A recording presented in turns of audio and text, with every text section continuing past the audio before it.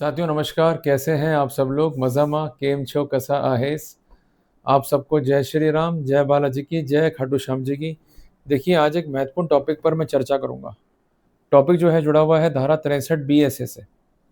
Topic इसलिए महत्वपूर्ण है क्योंकि अगर मामला है एंटी करप्शन का और उसमें इस धारा की अक्षरशः पालना नहीं हुई और खासकर इलेक्ट्रॉनिक रिकॉर्ड पर बेस्ड आपकी डिमांड है, तो वहाँ पर डेफिनेटली आप फ़ायदा ले सकते हैं।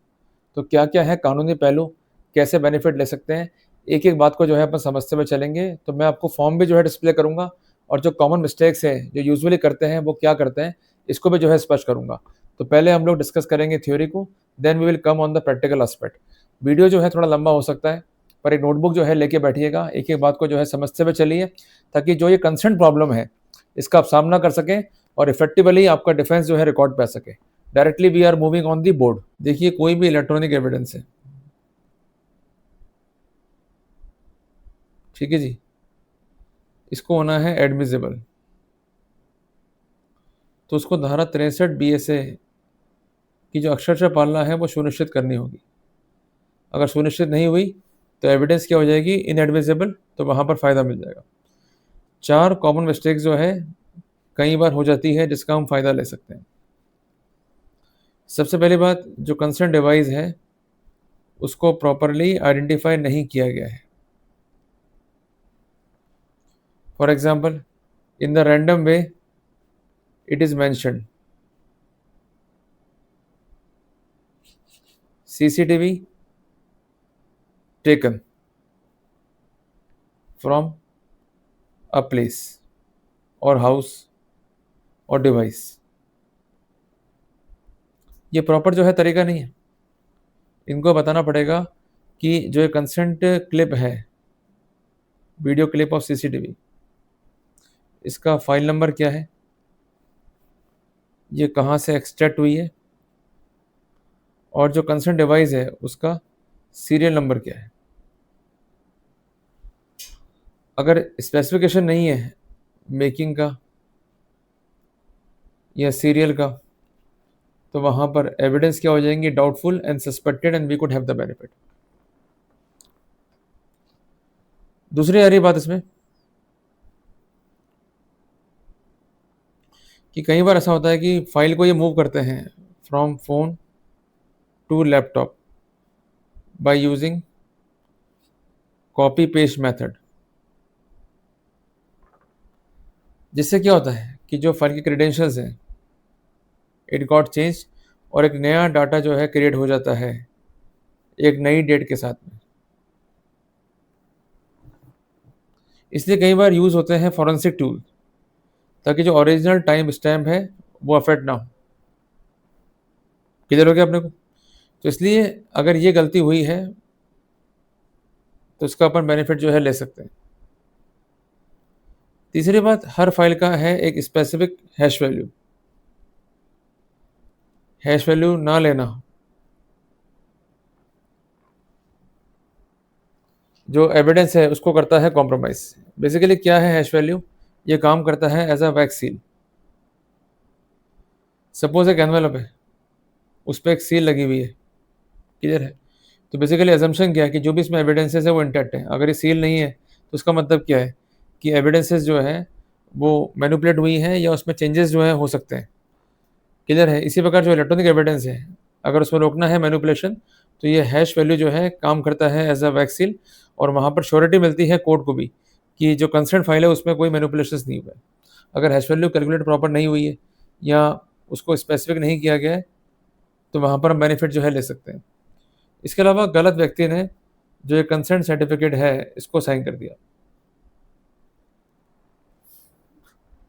फॉर एग्जाम्पल, एंटी करप्शन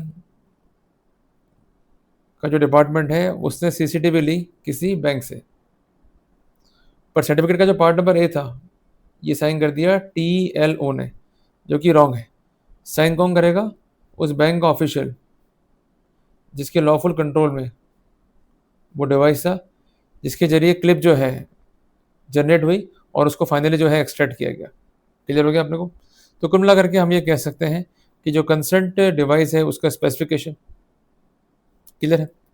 इसके अलावा जो कंसेंट मेथड है फाइल ट्रांसफ़र का, उसको लेकर के, इसके अलावा जो हैश वैल्यू है उसको लेकर के, और चौथी बात कौन साइन कर रहा है उसको लेकर के इंपॉर्टेंट जो है पर्सपेक्टिव रहते हैं, इसका सदैव जो है ध्यान रखिएगा।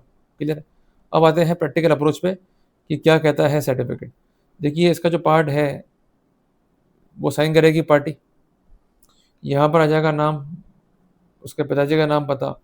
पर एक बात ध्यान रखिएगा, जो भी जो कंसर्न डिवाइस है उसे कर रहा है कंट्रोल, जिस समय एविडेंस जो है तैयार हो रही है वही इसको जो है साइन करेगी। इसी के मैटर्स में क्या होता है कि ये कंसर्न डॉक्यूमेंट जो है साइन करता है या तो कांस्टेबल, ये साइन करता है टीएलओ, जो कि अपने आप में गलत है, क्योंकि ये डिवाइस सौंपते हैं कंसर्न परिवादी को, जाइए रिकॉर्डिंग करके लेके आइए, तो उसके लॉफुल कंट्रोल में डिवाइस रहा, इसलिए उसको ये सर्टिफिकेट जो है जारी करना पड़ेगा।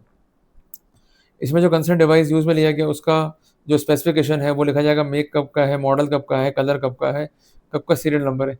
अगर प्रोटोकॉल जो है लागू है आईएमईआई के, तो उसको भी जो है स्पेसिफिक करना पड़ेगा।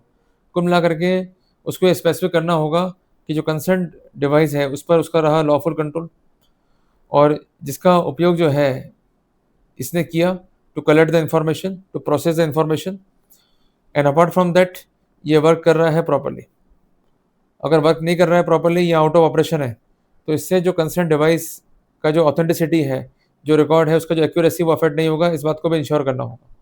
और जो कैपेसिटी है जिसमें इस डिवाइस को जो है रखा गया वो क्या थी, उसको भी जो है स्पेसिफिक करना होगा। और इसके अलावा जो कंसर्न हैश वैल्यूज़ हैं उसको भी जो है स्पेसिफिक करना होगा।